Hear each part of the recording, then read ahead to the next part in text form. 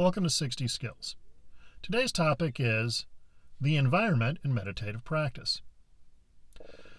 As a simple fact of the matter, living in a wilderness area or an area removed from other people tends to be a situation where there's more ambient vital energy lying around. This additional vital energy makes it much easier to engage in meditative practice in general.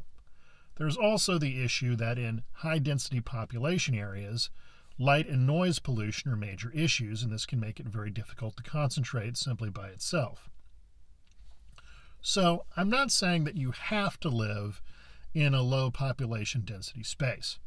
What I'm saying is that there's a reason why most practicing temples are in these areas. Simply put, there are less distractions, and there's simply more ambient energy to work with. Now, that said, I do know good practitioners that live inside cities, and they all have one thing in common. They have very rigorous pranayama or breath retention-based practices. The reason for this is simple. Working with breath control extensively increases the amount of vital force you have to work with. This in turn, because vital force is essentially your base for esoteric energies, gives you more to convert into other things. Yes, of course, if you have access to Akasha, you can pull large amounts of other things out of the Akasha directly.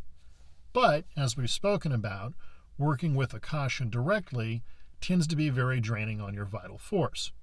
So again, we come back to this issue of living in a place that nurtures your vital force is the most effective way to support your practice. Generally speaking, this means clean air, clean water, clean food, and lots of vigorous physical activity. If you're lacking in any of those things, you're going to find that your meditative practice tends to be rather compromised.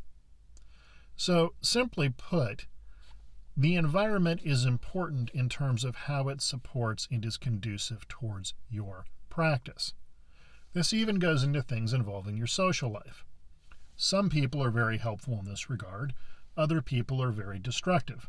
Placing yourself in an environment where what you're doing is supported by that environment is the key part of how the environment interacts with your meditative practice.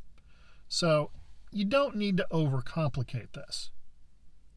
If you live in a place that's healthy for you and surrounds you by other people who support what you're doing, and in general makes you feel good, this is a productive or healthy environment for your meditative pursuits. On the other hand, if you live in a place that makes you tired all the time, the air is dirty, the water is dirty, it's hard to eat properly, you're surrounded by lots of people who are detracting from what you're attempting to do, that environment is not helpful.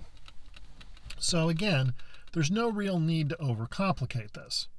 Simply put, any environment that supports what you're doing is quite simply a good environment for you. So I hope this cleared up some questions regarding the nature of the environment in meditative practice. Be well.